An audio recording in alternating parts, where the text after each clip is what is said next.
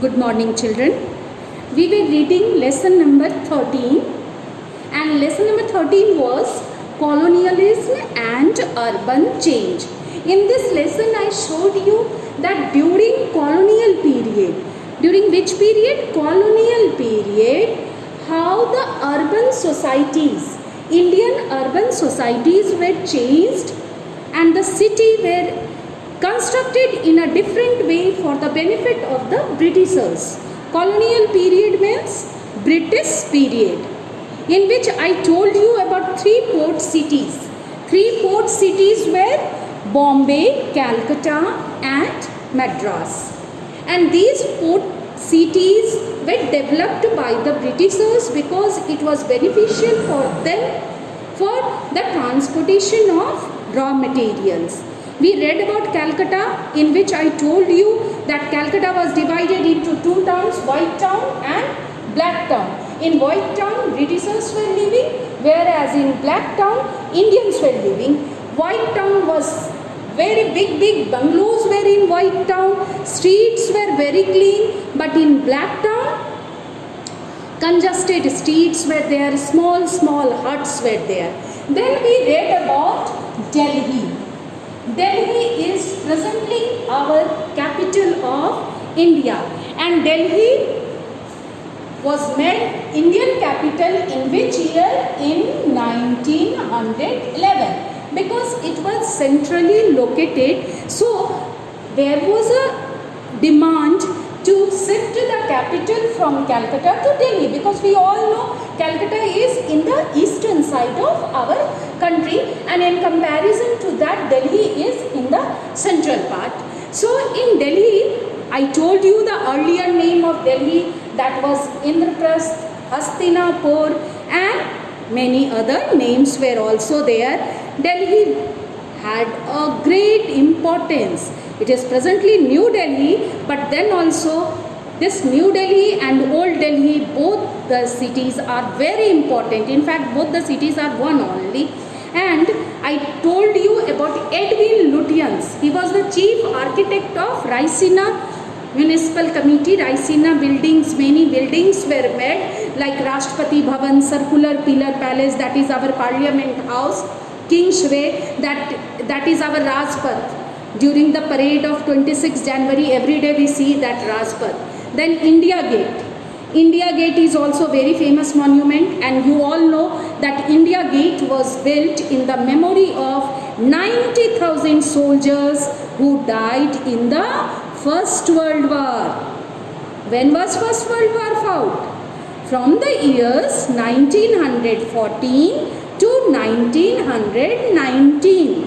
And it is known as First World War because first time most of the countries of the world were involved in this war.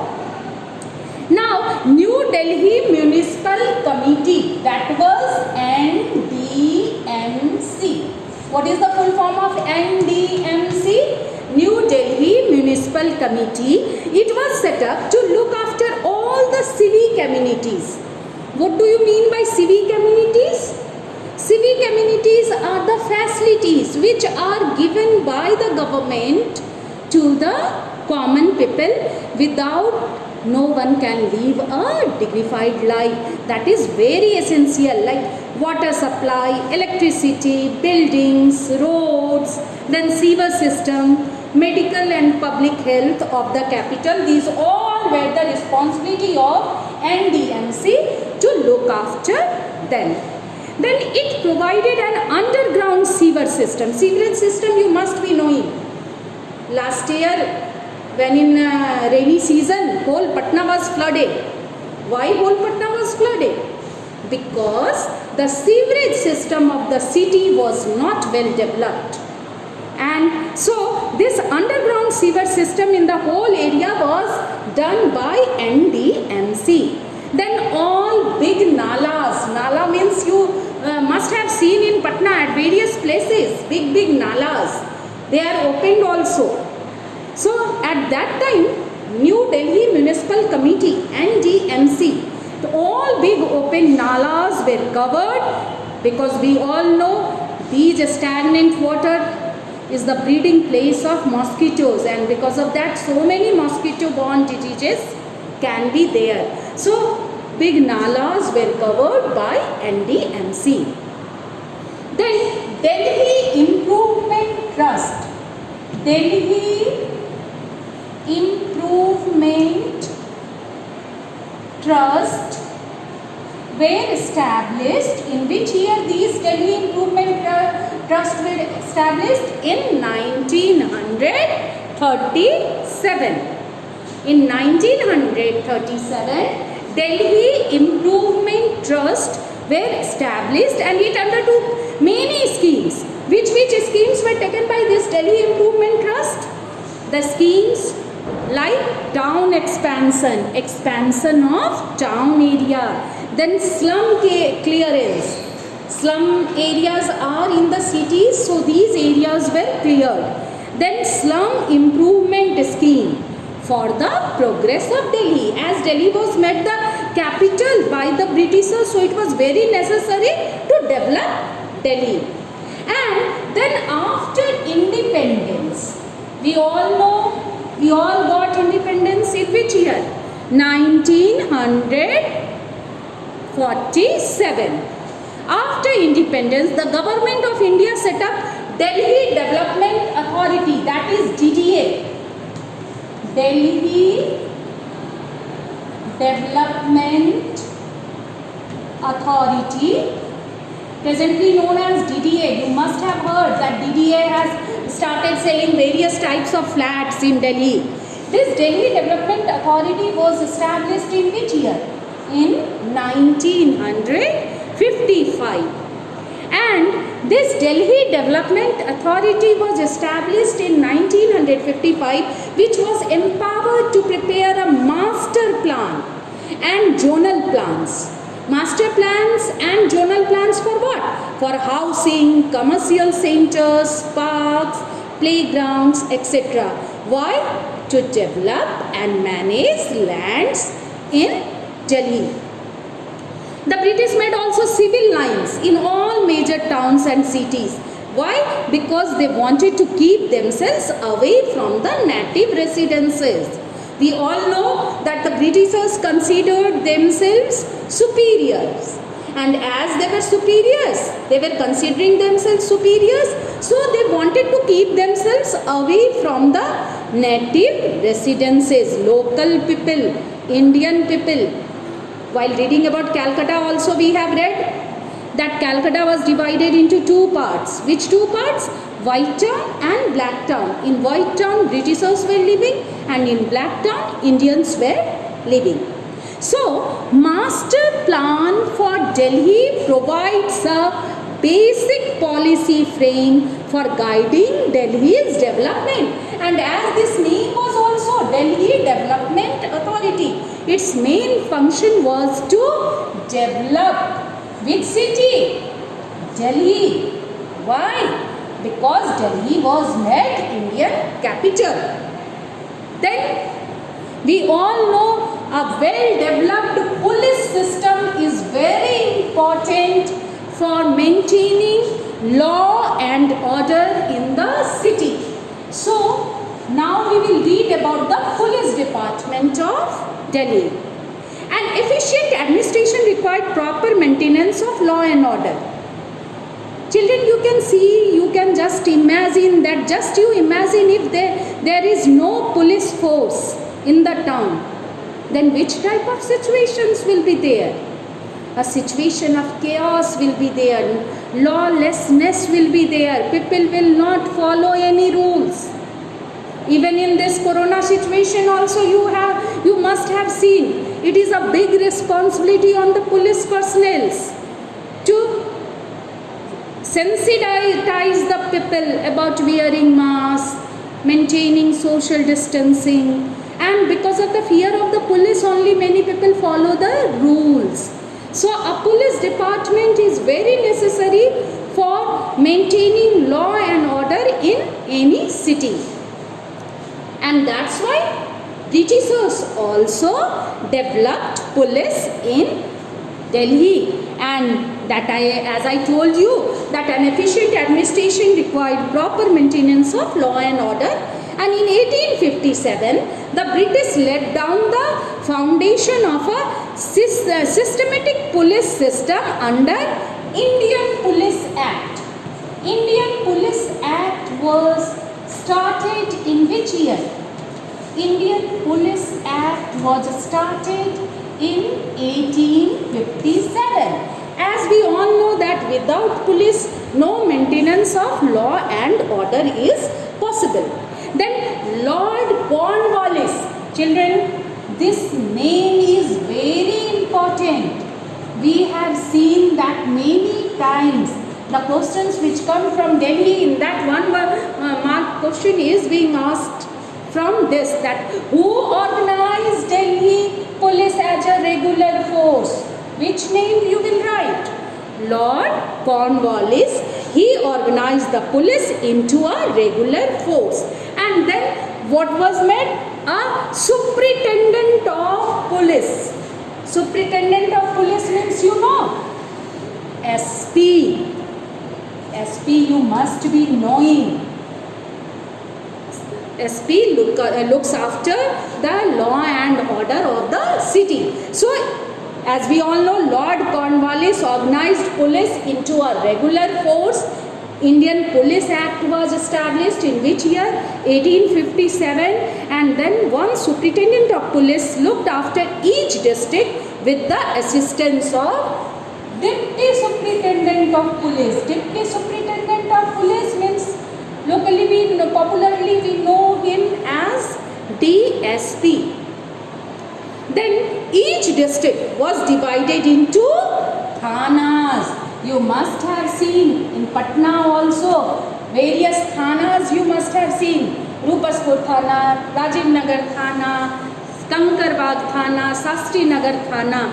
So Patna district has been divided into various thanas. So that time also Delhi district in Delhi city was divided into district, then districts were divided into thanas. Thanas were headed by whom?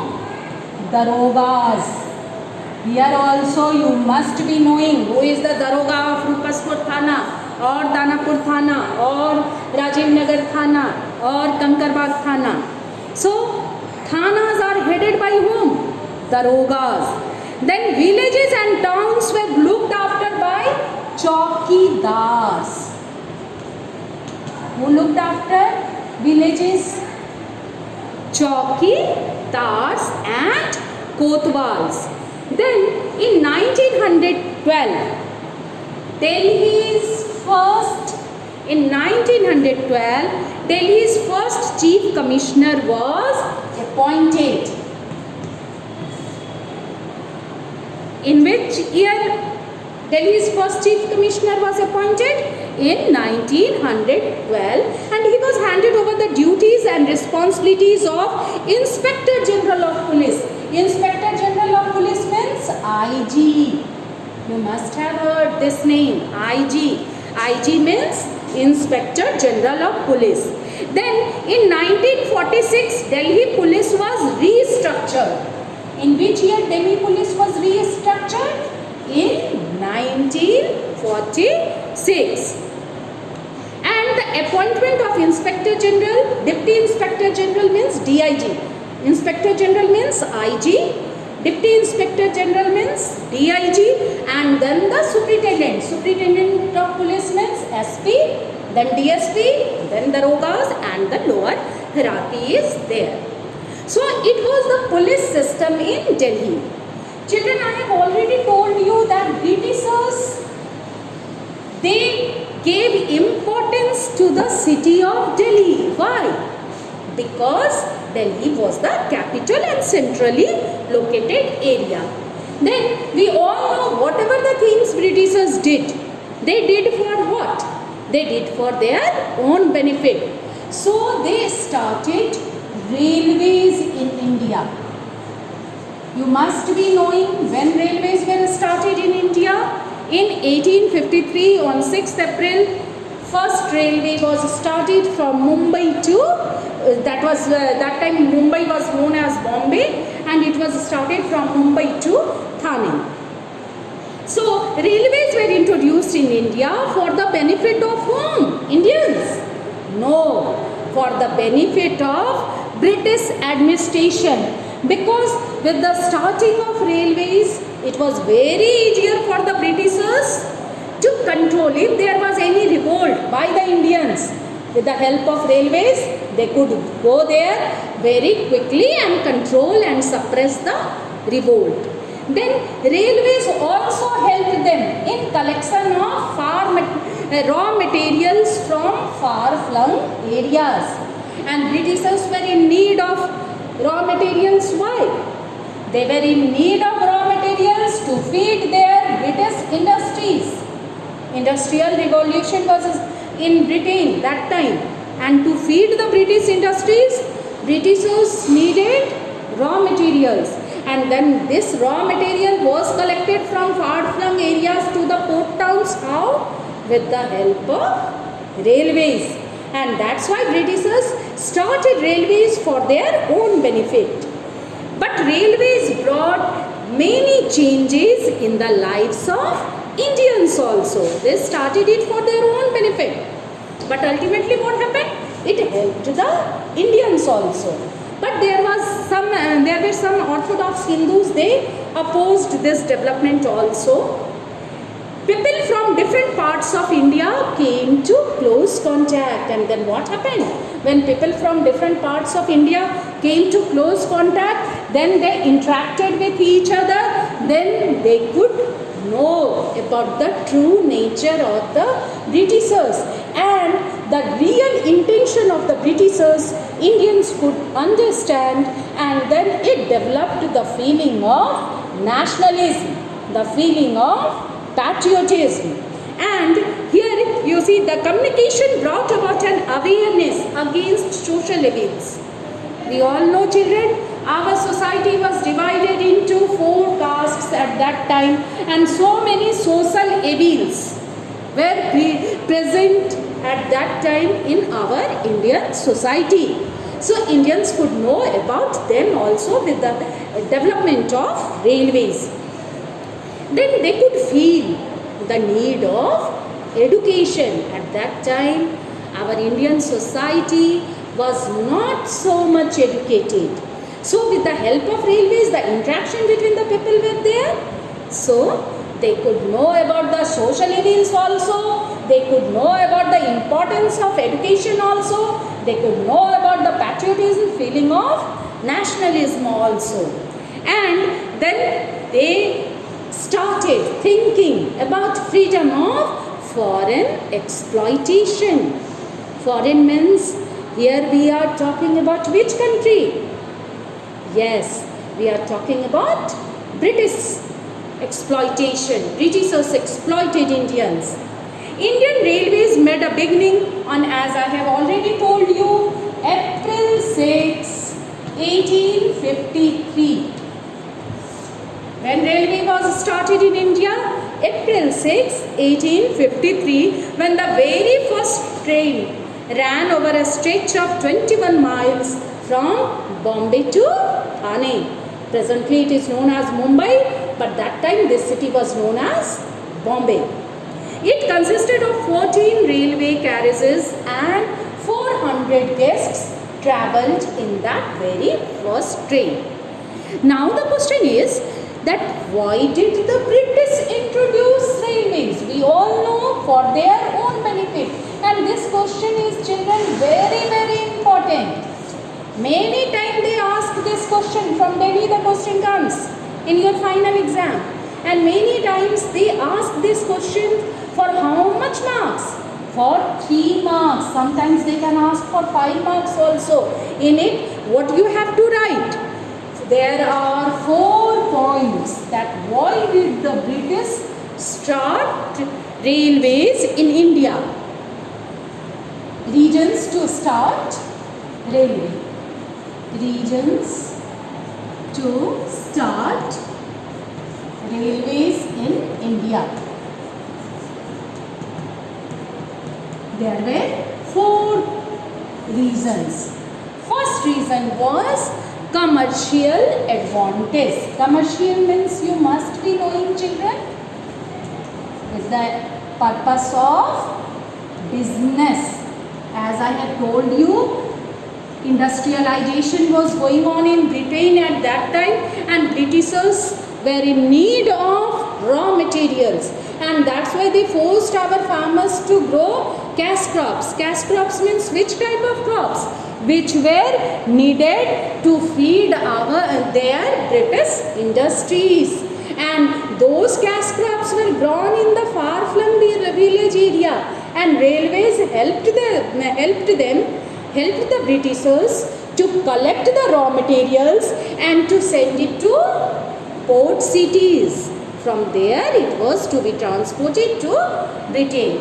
So first reason behind introducing railways in India was commercial advantage. Railways collected raw materials from fields and mines and sent them to the ports to be transported to England to feed the British industries. Next, second point is political aspect. Political means, I told you children, when there was any revolt by the Indians, then with the help of railways, Britishers could go there very easily and they could suppress the revolt. So it was for their political aspect also. Railways safeguarded the British possessions in different parts of India to enable quick movement of armed forces and administrative convenience. Why? To suppress the revolt, to exploit the Indians, and that's why in that railways helped the Britishers. Now third point is defense aspect. Defense aspect. As I have told you, how many points are there? Reasons of railways, starting the railways by the Britishers. 4 points are there. First we have read commercial advantage. Second we have read political aspect.